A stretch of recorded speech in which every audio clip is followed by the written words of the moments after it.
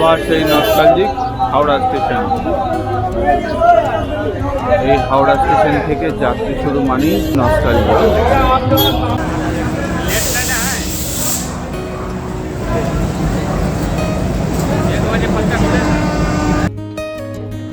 এইগুলো রাত্রির 11টার সময়। এখন টিভি কোচের অবস্থা দেখুন, পুরো প্যাসিভ ব্লক, যাওয়ার কোনো অবস্থা নেই। 11টা 25 এলো 12 নম্বর স্টেশন আরা, আর খালি হলো ট্রেন। মোটামুটি আমার পিছনটা থেকে বুঝতে পারছেন, সামনেটার ওই অবস্থা। এতক্ষণ মোটামুটি একরকম ছিল, এখন প্রায় 50 মিনিটের কাছাকাছি লেট। পাটনা সাহেব ঢোকার কথা বহুক্ষণ আগে, এখন 9:30 বাজে, এখনো ঢোকেনি। লখনৌর আগে অনেক প্রায় 8 ঘন্টা দাঁড় করিয়ে রাখলো। ট্রেনটা মোটামুটি ওই 10-15 মিনিট লেটে চলছিল। লেটটা বেড়ে প্রায় 40-45 মিনিট হয়ে গেল। এই হলো সকালের breakfast, bread, cutlet, tomato sauce. আজকে দুপুরে ট্রেনের খাবারই অর্ডার দিয়েছি। এই খাবার 80 টাকা নিয়েছে। দুটো পরোটা, আলু সয়াবিনের তরকারি, ডাল, ভাত, কাঁচাকুচি, পিপিলা, ফাইনালি 1535 কিলোমিটার দূরত্ব অতিক্রম করে 23 নম্বর স্টেশন হরিদ্বার জংশন এসে পৌঁছলো। এখন ট্রেন মোটামুটি 1 ঘন্টা 20 মিনিট থেকে 1.5 ঘন্টা লেট। শুরু হচ্ছে আরেকটা নতুন জার্নি। আমার চ্যানেলে আমার সমস্ত দর্শককে আরেকবার স্বাগত। কোথায় যাচ্ছি সব দেখাবো, দেখতে থাকুন। আজকের গল্পটা শুরু কিন্তু অনেক আগে, প্রায় 35 বছর আগে। 1991 সালে 4 ধাম যাত্রা করার জন্য আমি আর আমার বন্ধু সঞ্জয় দুজনে মিলে গিয়েছিলাম।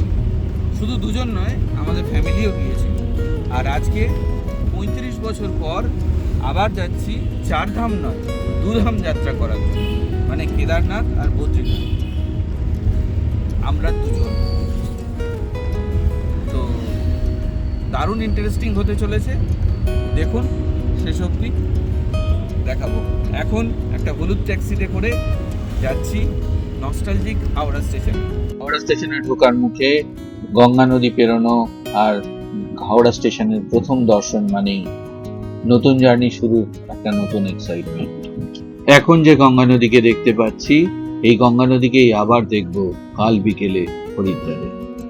Nostalgic Howrah station. ছোটবেলা থেকে ট্রেন জার্নি আমার বড়ই প্রিয়, আর আমার মতন যাদের ট্রেন জার্নি প্রিয় তাদের জন্যই এই ব্লগ। এইমাত্র ডিসপ্লেতে দিল কুম্ভ এক্সপ্রেস, ঠিক 12:30 বাজে। কুম্ভ এক্সপ্রেস 11 নম্বর প্ল্যাটফর্মে দিচ্ছে। 11 নম্বর প্ল্যাটফর্মের দিকে এগোচ্ছি। আমাদের কোচ M2, শেষ থেকে 4 নম্বর কোচ দেখলাম ওয়্যার ইজ মাই ট্রেন অ্যাপে। আমি এগোচ্ছি। এই ট্রেনের কোচ ডিস্ট্রিবিউশনের মধ্যে এন্ট্রি কার রয়েছে একটি, আর ফার্স্ট ক্লাস রয়েছে একটা, 2 টায়ার রয়েছে দুটি, 3 টায়ার কোচ রয়েছে দুটি, ইকোনমি কোচ রয়েছে দুটো, আর জেনারেল রয়েছে 4টে। হচ্ছে এই ট্রেনের কোচ ডিস্ট্রিবিউশন। এইটা 11 নম্বর প্ল্যাটফর্ম আর এইটা 10 নম্বর প্ল্যাটফর্ম। এখানে দাঁড়িয়ে আছে Visva Bharati passenger.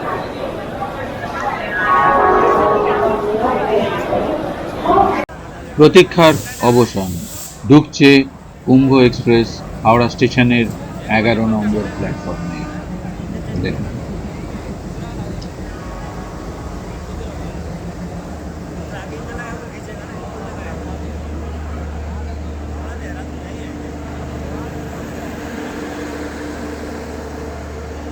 AC 3 tyre economy total সেটআপটা একটু দেখিয়ে দেব। স্মার্ট কোচ, এখানে দরজার মাথায় একটা ডিসপ্লে রয়েছে, বন্ধ চলে না। এখানে দুদিকে পয়েন্ট রয়েছে, রিডিং লাইট রয়েছে, বাংগুলো পরিষ্কার পরিচ্ছন্ন, কম্বল দিয়ে গেছে, মিরার রয়েছে, আয়না বিরাট বড়, একটা টেবিল রয়েছে, তিনজনের অ্যারেঞ্জমেন্ট, 3-3-6।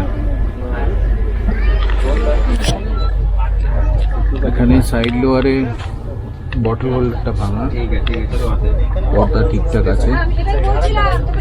এই হচ্ছে M2 কোচ ইকোনমির অবস্থা। এই দুটো সিট আমাদের, এই সাইডে লোয়ার আর এই আপার।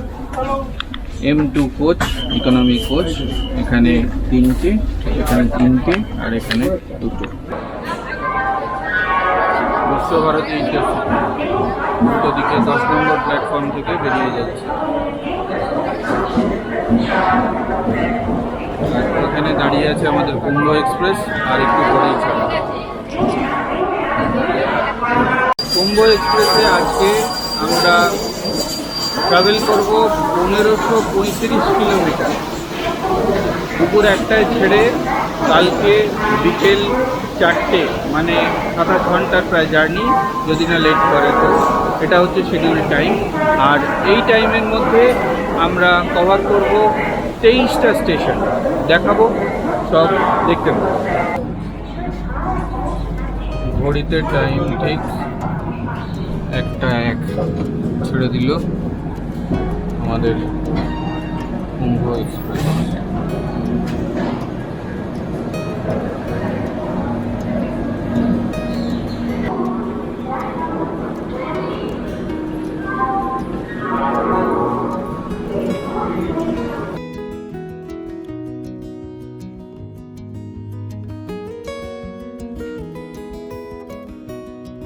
ট্রেন ছাড়ার পরেই লাঞ্চের তোড়জোড়। বাড়ি থেকে আনা পরোটা, আলু পটলের ভাজি, আর এই হচ্ছে নিরামিষ পটলের দোরমা। এই হচ্ছে লাঞ্চের আজকে মেনু। কুম্ভ এক্সপ্রেস হাওড়া থেকে ছাড়লো 1টায়। Next stop Asansol junction, 3:19। আসানসোল জংশনে 4 নম্বর প্ল্যাটফর্মে।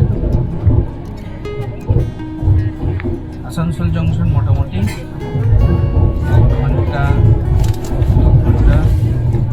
20 মিনিট। অনেকটা দেরি আছে, সবই খাওয়া দাওয়া হলো, বিশ্রাম নিয়ে নিই, আবার আসানসোল 200 কিলোমিটার দূরত্ব অতিক্রম করে এই ট্রেন তার প্রথম স্টপ আসানসোল এসে পৌঁছলো। নির্ধারিত সময় থেকে 5 মিনিট লেট, 3:20-তে আসার কথা ছিল, 3:25-এ এসে পৌঁছলো। আমার পিছনে 3 নম্বর প্ল্যাটফর্মের বোর্ড, 3 নম্বর প্ল্যাটফর্মে দিয়েছে আসানসোল জংশনে এই কুম্ভ এক্সপ্রেস।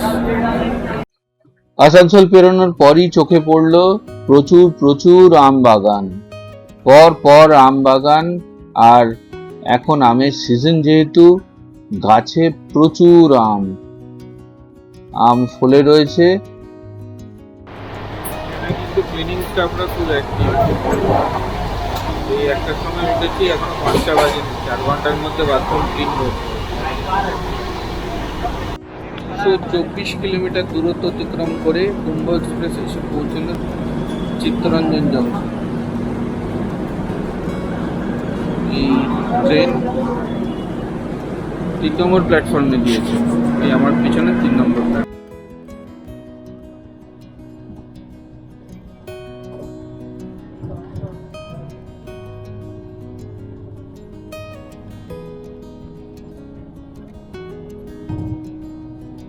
জিপিএস স্পিডোমিটার বলছে এখন মোটামুটি 100 কিলোমিটার পার আওয়ারের ওপর স্পিডে চলছে, 106, 107 এরকম।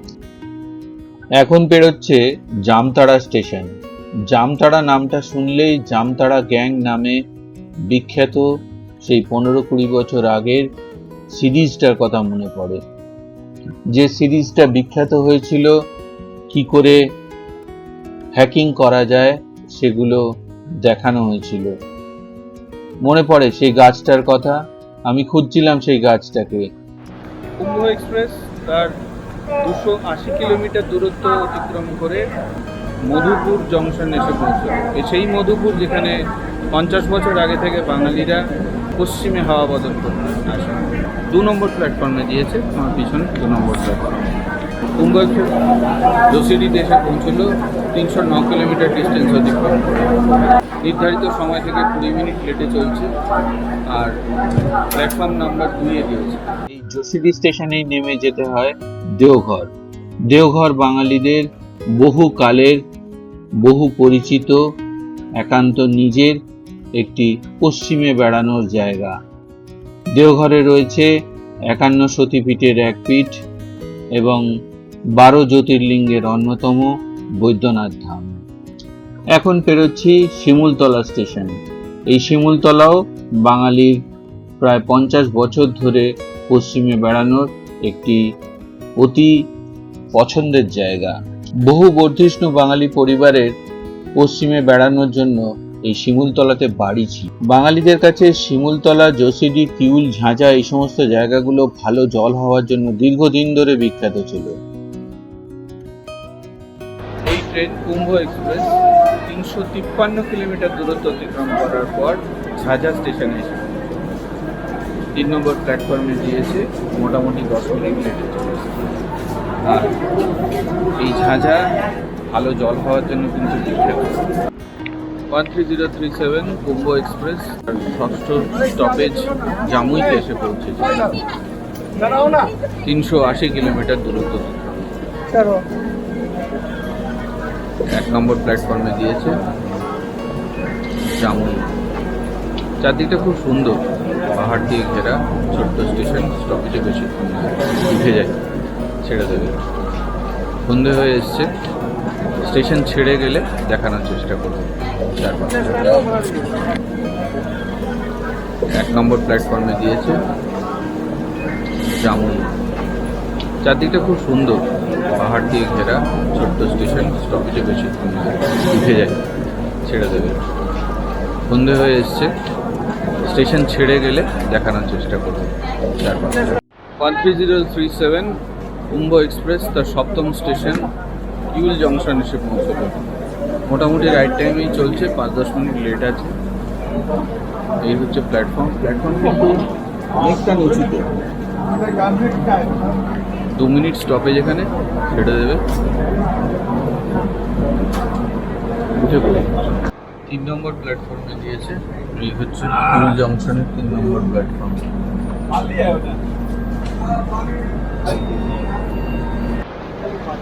13037 কুম্ভ এক্সপ্রেস তার 8ম স্টেশন মোকামা জংশন এসে পৌঁছল।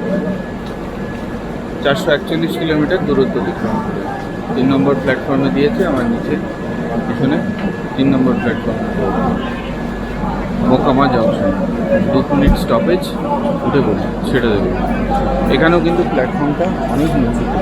ঝাড়খণ্ডের এই সমস্ত জায়গায় পশুপালন ভীষণ ভালো হয়, তাই দুধ এবং দুগ্ধজাত প্রোডাক্ট ভীষণ ভালো পাওয়া যায়। ট্রেনে উঠে দুধ পেড়া বিক্রি করছে। দেখুন, 485 কিলোমিটার দূরত্ব অতিক্রম করার পর কুম্ভ এক্সপ্রেসের 9ম স্টপ বখতিয়ারপুর জংশন। বখতিয়ারপুর জংশনে নামার চেষ্টা করলাম, কিন্তু এত ভিড়, নামার উপায় না পেয়ে জানলা দিয়েই ভিডিও করছি।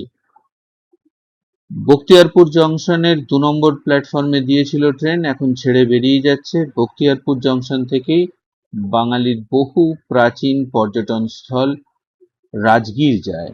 এতক্ষণ মোটামুটি একরকম ছিল, এখন প্রায় 50 মিনিটের কাছাকাছি লেট। পাটনা সাহেব ঢোকার কথা বহুক্ষণ আগে, এখন 9:30 বাজে, এখনো ঢোকেনি। 9টায় আমাদের খাবারের অর্ডার দেওয়া ছিল পাটনা জংশনে, সেটা বোধহয় রাত্রি 10টার আগে ঢুকবে না। এখন খাবার পাওয়া যায় কিনা দেখি।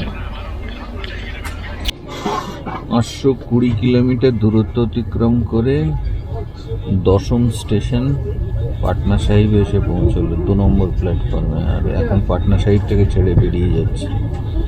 অবশেষে পাটনা সাহিব এসে যখন পৌঁছলো প্রায় 1 ঘন্টার কাছাকাছি ট্রেন লেট। আমাদের 9টায় খাবারের অর্ডার দেওয়া ছিল পাটনার পরের স্টেশনে, আরও 15-20 মিনিট তো লাগবেই। দেখি কি হয়, আদৌ খাবার পাওয়া যায় কি না। অবশেষে এসে পৌঁছলো পাটনা জংশনে, যেটা 11 নম্বর স্টেশন, কিন্তু আমাদের খাবারের এখনো দেখা নেই। এখানে 7 মিনিটের স্টপেজ আছে, দেখি খাবার এসে পৌঁছয় কি না। নির্ধারিত সময় থেকে 1 ঘন্টা 10 মিনিট লেট। 4 নম্বর প্ল্যাটফর্মে দাঁড়িয়ে আছে। এই হচ্ছে খাবার: ভাত, আলু ভাজা, তরকারি, একটা স্যালাড, ডাল, আর দিয়েছে ফয়েলে রুটি 2টো করে। এই হচ্ছে প্যাকিং। দাম নিয়েছে 110 টাকা করে।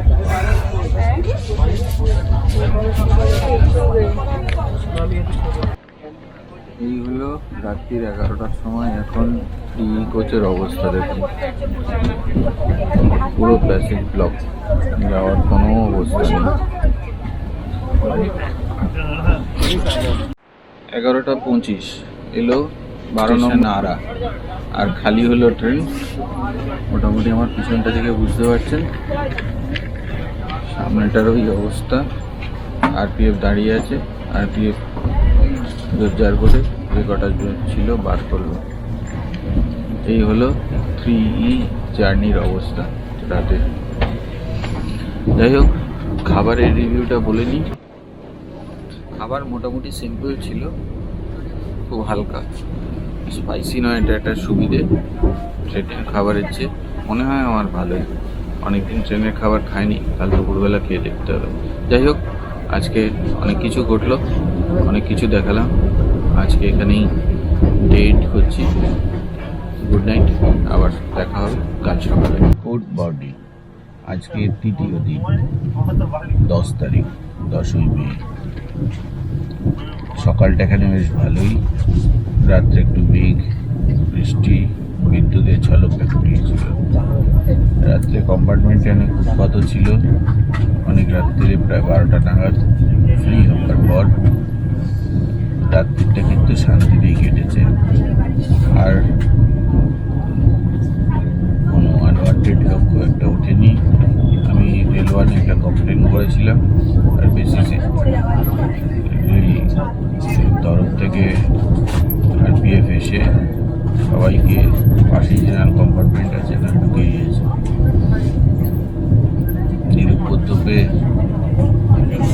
নিরুপদ্রবে রাত্রিটা কাটার পর আজকে সকালে একটু বাদেই লখনৌ স্টেশনে ঢুকছি। লখনৌ স্টেশন এই ট্রেনের 19 নম্বর স্টপেজ, আর 4 নম্বর প্ল্যাটফর্ম হিসেবে একবার নামবো, দেখি দেখো।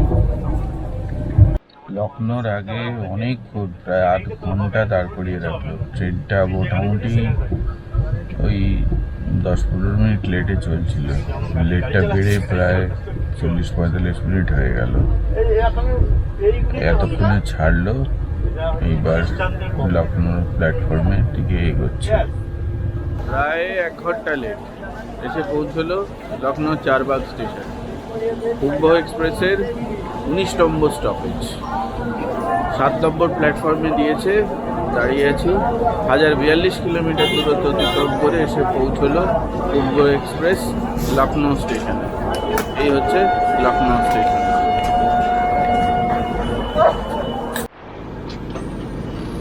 যতই এসি কম্পার্টমেন্ট, দরজায় দাঁড়িয়ে এরকম হাওয়া আলাদাই মজা আছে। এখন লখনৌ চারবাগ স্টেশন থেকে বেরিয়ে হরিদ্বারের উদ্দেশ্যে যাচ্ছে কুম্ভ এক্সপ্রেস 13037 কুম্ভ এক্সপ্রেস। পরবর্তী স্টেশন একটু দেরি আছে, তখন লম্বা লম্বা স্টপেজ। আমাদের এই কেদারনাথের ফ্লাইটটা হঠাৎই হয়েছিল। এরকম ধরনের হঠাৎ কেদারনাথের প্ল্যান করলে আপনাকে দিল্লির ফ্লাইট বা হরিদ্বারের টিকিট বা হরিদ্বারের কানেক্টিং কলকাতা দিল্লি আর দিল্লি হরিদ্বারের ট্রেনের টিকিটের ব্যবস্থা করতে হবে। বাকিটা হরিদ্বার থেকে কন্ডাক্টেড ট্যুর অ্যাভেলেবল করা সম্ভব। আমরা এরকমই একটা কন্ডাক্টেড ট্যুরে যাচ্ছি, যার নাম ও হাইকার্স। ও হাইকার্সকে আমি চয়েস করেছি ফেসবুক থেকে। প্রথমবার আমি ও হাইকার্সের সঙ্গে যাচ্ছি, তার এক্সপিরিয়েন্স আমার কীরকম জানি। ওদের যে নিজস্ব ট্রিপ আছে সেটা 14ই মে ছিল, কিন্তু 14ই মে আমার সম্ভব নয়। 12ই মে আমার কেদারে অলরেডি বুকিং করা হয়ে গিয়েছিল জিএমবিএনের বাংবেট। 11 তারিখ গৌরীকুণ্ডে বুকিং করা হয়ে গিয়েছিল, তাই ওরা আমাদের জন্য একটা সেপারেট কাস্টমাইজড ট্রিপ অ্যারেঞ্জ করে দিয়েছিল। 5 দিনের কন্ডাক্টেড ট্রিপ, দুটো থাকার জায়গা বাদ দিয়ে ওরা দিচ্ছে 15,000 টাকা বাজেট, ব্রেকফাস্ট অ্যান্ড ডিনার। দেখাবো, বলবো সব, দেখতে থাকবো। লখনৌ স্টেশন পেরোনোর পরই নজর পড়লো প্রচুর আমের গাছ। আর এই সময়, গরমের সময়, আমের ফলনও হয়েছে, গাছে প্রচুর আম রয়েছে। এখানকার চৌসা, দাশেরি এই সমস্ত আম বিখ্যাত, আমাদের কলকাতা শহরেও পাওয়া যায় হিমসাগরের সিজনের শেষের দিকে। এইগুলো সকালের ব্রেকফাস্ট, ব্রেড, কাটলেট, কাটলেট মানে ভেজিটেবল চপার। 130, 37, 13037 কুম্ভ এক্সপ্রেস তার 20 নম্বর স্টপেজ বারেলি জংশন এসে পৌঁছলো এখন, মানে প্রায় 12:30, প্রায় 1.5 ঘন্টা লেট। 11টা 7-এ আসার কথা ছিল, এখন 12টা 40। 2 নম্বর প্ল্যাটফর্মে দিয়েছে আমার পিছনে 2 নম্বর প্ল্যাটফর্মের বোর্ড। 1277 কিলোমিটার দূরত্ব অতিক্রম করে 13037 কুম্ভ এক্সপ্রেস এসে পৌঁছলো বারেলি জংশন। নির্ধারিত সময় থেকে প্রায় 1.5 ঘন্টা লেট। 11টা 7-এ পৌঁছানোর কথা ছিল, এখন 12টা 40, 2 নম্বর প্ল্যাটফর্মে। আজকে দুপুরে ট্রেনের খাবারই অর্ডার দিয়েছি। এই খাবার 80 টাকা নিয়েছে। 2টো পরোটা আছে আর একটা ফয়েলের মধ্যে কি দিয়েছে দেখছি। আলু সয়াবিনের তরকারি, ডাল, ভাত, শশাকুচি, পিকল আর চামচ।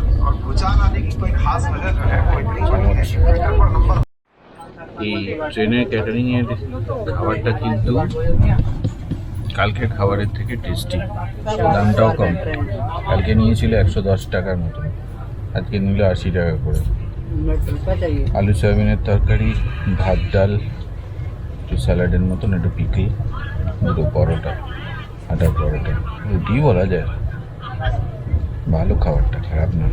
মুরাদাবাদ জংশন কুম্ভ এক্সপ্রেসের 21 নম্বর স্টপ 13037 কুম্ভ এক্সপ্রেস নির্ধারিত সময় থেকে প্রায় 1.5 ঘন্টা লেটে চলে এসে পৌঁছলো মুরাদাবাদ জংশনের 2 নম্বর প্ল্যাটফর্মে।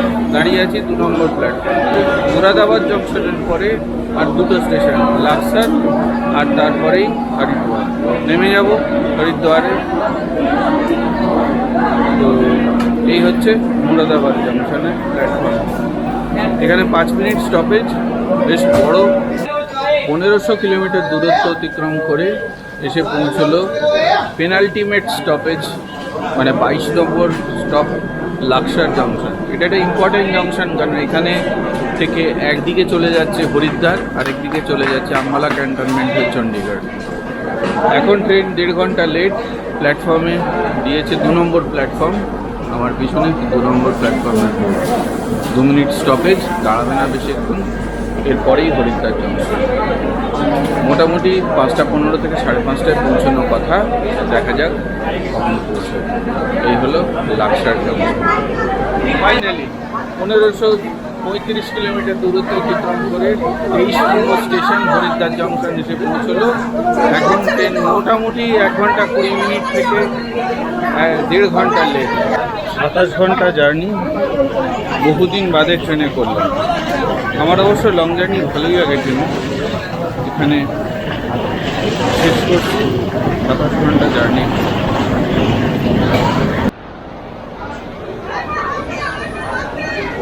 কুম্ভ এক্সপ্রেস হরিদ্বার থেকে ছেড়ে বেরিয়ে যাচ্ছে, আর আমরাও প্ল্যাটফর্ম থেকে ছেড়ে হোটেলের দিকে যাচ্ছি। নামার জন্য এখানে এসকেলেটার রয়েছে, ওভারব্রিজে ওঠার জন্য কিন্তু এসকেলেটার নেই। ওঠার জন্য ওই প্ল্যাটফর্মটাই শুধু এসকেলেটার রয়েছে।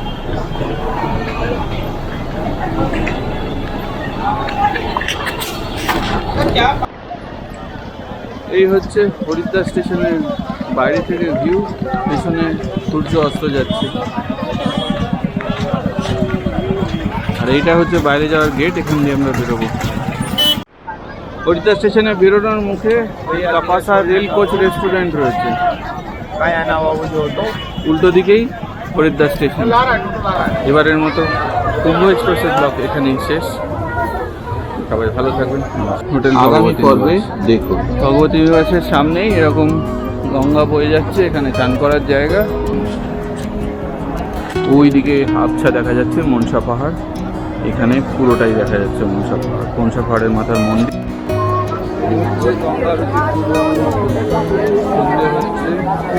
হরিদ্বারের হারকি পৌরি ঘাটে বিখ্যাত গঙ্গা আরতি গঙ্গা মন্দিরের সামনে।